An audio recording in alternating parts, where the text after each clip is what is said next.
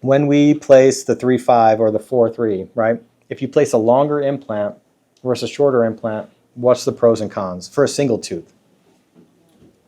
Get More surface area. But if we go 4-3-16, would that be beneficial here versus a 4-3-11-5 from a bone to implant contact? Probably not, right? There's more surface area, but what happens in a failure? Now I got 16 millimeters I got to deal with versus if I place a 10 millimeter implant or 11.5, then if there's a failure, I can drive another one longer and a slightly wider. So you also got to think about your cases 10 years into the future too. Would you say width is more important than length if you have to choose? No. I think bone to implant contact and surface area. So in the central incisor area, I want a 3-5 or a 4-0 because of the way the emergence profile is going to be handled and how it's going to maintain the bone in the papillas for cosmetics. In the back of the mouth, for molars, I want like a 5 or a 6 because then I'm closing out the black triangles and making less food impaction. So usually, but like at the end of the day, sometimes you can only place a 4 in a molar and that's just what it is. And then we got our other one over here. What would you say this bone quality is? Let me move the implant for you because we got to see behind it. Okay, this looks like it's grafted, right?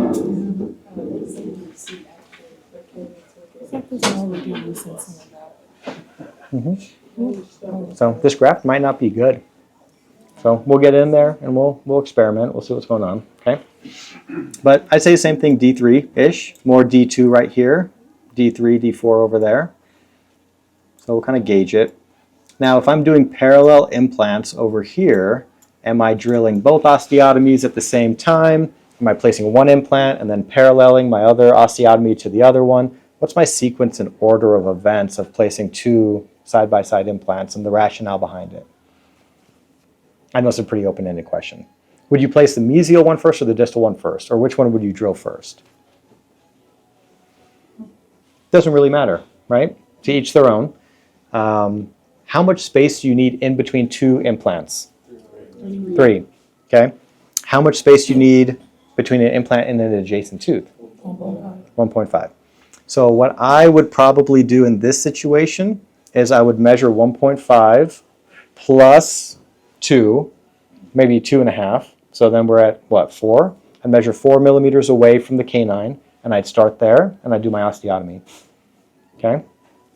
Then what I like to do in this situation is I will place my implant at tooth number 5 first. So dimensionally, I see where that implant is, and then I put a guide pin in it, and now I can remeasure 3 millimeters away from there, and then do my next implant and measure in between that implant and the molar.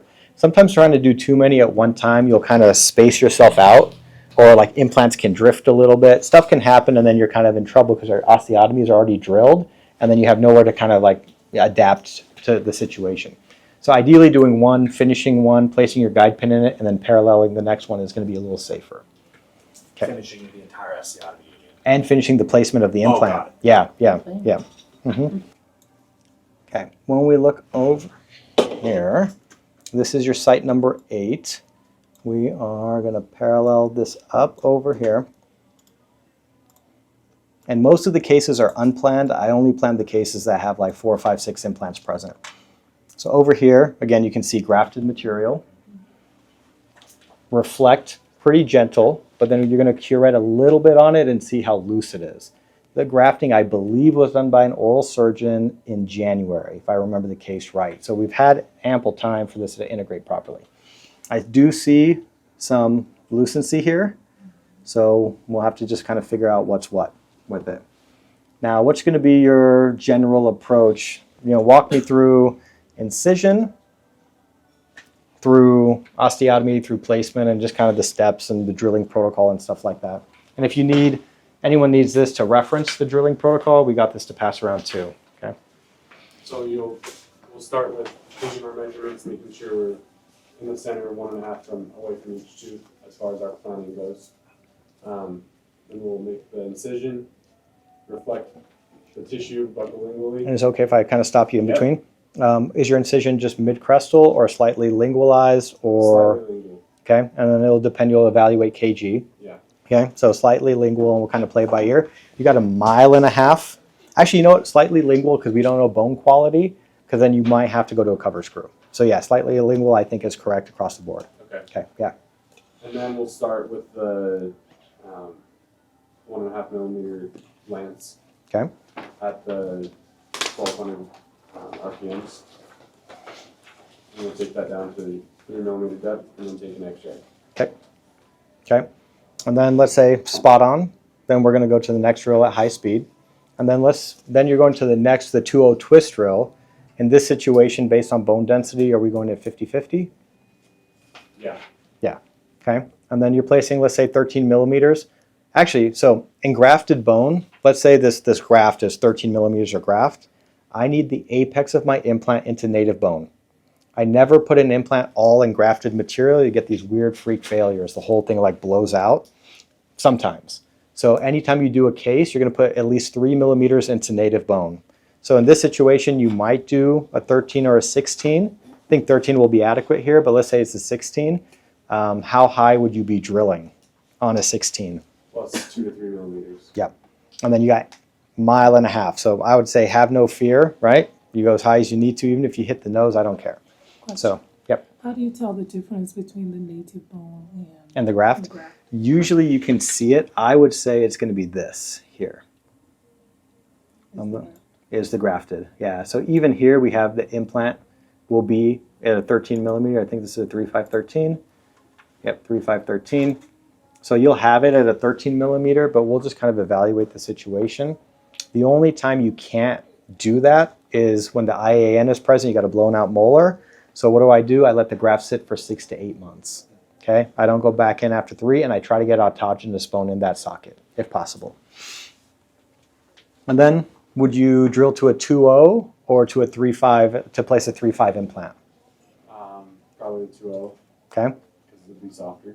Yep. And then go in and stop, let it kind of compress around the implant and go in a little further. Okay. Yeah. Beautiful. Absolutely agreed. And then let's say the implant bottoms out. Take the implant out, drill to a 3.5, and then place the implant. You can always drill more. Sometimes you over drill, you're kind of screwed if it doesn't go as planned. Beautiful. And then how far subcrestal on this one if the patient had a super high smile line? 2 to 3 millimeters. 2 to 3, right? Slightly deeper to create a little bit more running room. And also when you reflect it, you look at the adjacent teeth and the buccal bone. They call it what, the gingival zenith or whatever that is, right, in cosmetics. You're going to see the lowest point of that buccal bone on the adjacent teeth, and then you're going to take the implant down about 1.5 millimeters past that. Okay? If there's, let's say your graft is freaking amazing, you have superfluous amounts of bone, you actually take a drill and kind of create a little concavity there too. So after everything heals, all the papillas form really well, and you get this beautiful emergence profile where no one can tell the difference. And if the smile line is really high and the tissue is really thin, you think about a zirconia implant, so you don't see that gray show through that occurs on the metal implant, or you have to place it a little bit more lingual to hide out the color of the metal, and think about a zirconia abutment as well. So cosmetic cases, high smile line cases are really, really hard to manage. If it's a low smile line, all day long. All right, we are at a 4.313 over here on this side. What would you say this bone density looks like inside there? Yeah, more 4, right? Maybe a little bit more 2 as you get closer to the sinus, but that's going to be soft. So you take your drill, your lance drill, and you pop through the crest for like 1 millimeter or 2, then stop, and then press. Okay? You're going to see that drill just sink in with pressure. So I'll drill through the cortical bone about 2 millimeters, and then I just stop and I'll push hard enough for the patient's head to kick back a little bit. I want to see how far the drill can just go in, because I'm going to be condensing bone versus actually physically removing bone. You mean press without running the drill? Correct. Oh. Yep, press without running the drill. Yeah. You ask a lot of really good clarifying Sorry, I just questions. wanted- No, I absolutely appreciate it. 100% appreciate it. So press, and then you see where it goes. And then 2.0, same sequence and everything. But on this situation, if you're placing a 4.3, where do you think you're drilling in terms of diameter to place a 4.3 implant in this site? 3.5. 3.5, yeah. 3.7. And you could also do what I did on this case and just open up the top to a 3.5. And the reason why is the apex of a 3-5 implant will fit, typically speaking, into a 2-0 hole. Okay. The apex of a 4-3 implant will fit into a 3-5 hole. So you need to make the hole big enough for the apex to sit in it so it just doesn't, rattle around on the crest. So you just open up the crest ever so slightly with your 3-5 drill, and then the 4-3 just drives in. Are you going to be perforating the sinus on this one?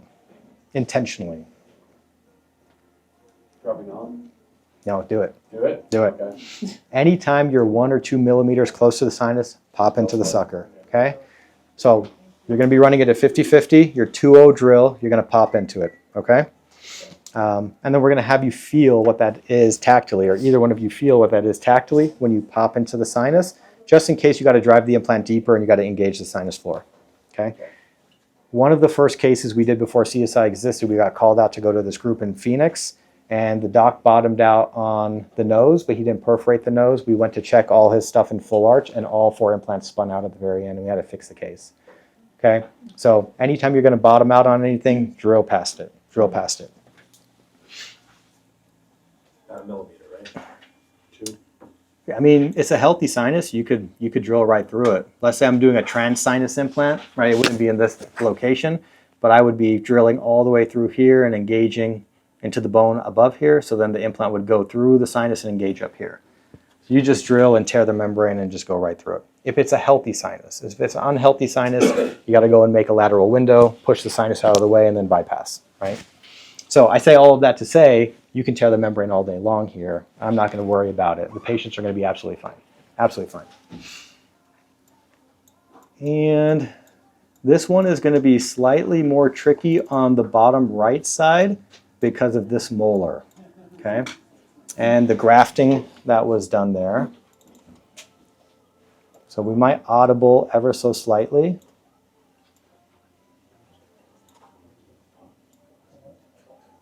Okay. Whenever you have a molar that's significantly angulated this way, you're gonna have a huge food impaction in this area. So I'm automatically telling the patient, do we do orthodontics? Okay. Are we going to do ortho on this case to upright the molar? Probably not. Probably not. Most adults are going to say no. They're going to be like, hey, I'm 60. I'm not doing that. So are we going to do a crown and plane it? Seems like a little aggressive, but yeah, you could treatment plan a crown in the site if they had an amalgam or something present. Or you could just do a DO filling, plasty it like you're doing a survey crown, make it flat, so then when you do your restoration, you have a flat profile to make it up against where you can block out as much food as possible. But if you create a huge food impaction in the site and you don't pre-prep the patient for options on the front end with pricing, then it's your fault later down the road to deal with it. They're going to bitch and moan about it all the time, and guess what? They're going to be right because they're packing every steak they have down in that site, and they think about you every time they have a good meal with their friends and family in a negative way. I think it's okay to do nailoplasty there. Yeah, you can only do a certain amount. I feel like the amount you're going to need in that area will be close to dentin, so then you want to consider composite, or at least plan for it on the front end. And if you feel like you can get away without creating chronic sensitivity, then go for just the enameloplasty. So when we look at this site here, we're going to actually have you reflect out to the mental foramen. So we're going to create a huge flap. We're going to go find the mental foramen. We're going to go visualize it. We're going to draw around it so you're in your safe zone. And then we're going to place that first implant mesial to the foramen. And then we're going to parallel the distal implant to the first implant. So we have path of draw on our implants. And hopefully get stability because that site number 30 was grafted.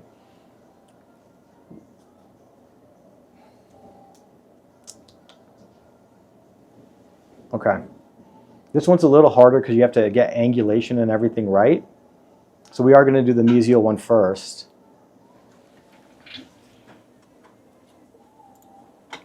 Bear with me for a second.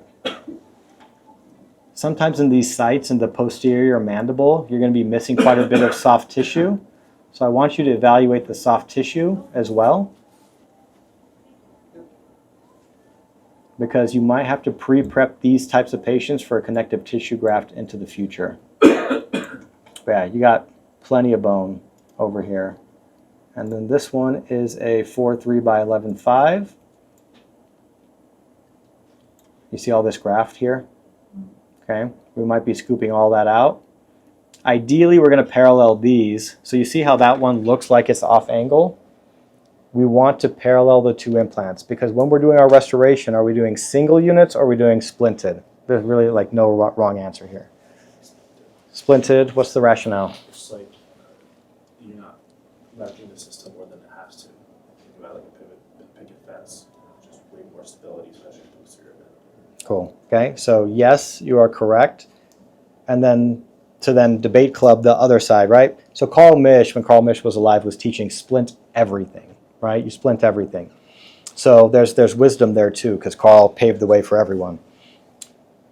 Now the industry is going towards single units because you can floss it, they're a little bit more hygienic, so on and so forth. Also, when you do parallel implants, you know the restoration that goes inside that has a hex inside of the restoration. Well, if they're not parallel, then you can't seat the prosthetic because the hex is off. Then you have to ask the lab for non-engaging abutments. Everyone know what a non-engaging abutment is? They basically go in and they cut the hex off. So there is a hexagon here that drives into the implant body. And this is just your threads of your screw. So this is the hex on the abutment, okay? What the lab will do is you'll ask for a non-engaging abutment to parallel your implants. So they basically just get rid of the hex here.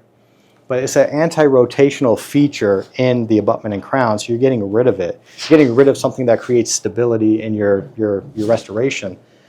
So if you do a single unit, you can have the hex and everything engage.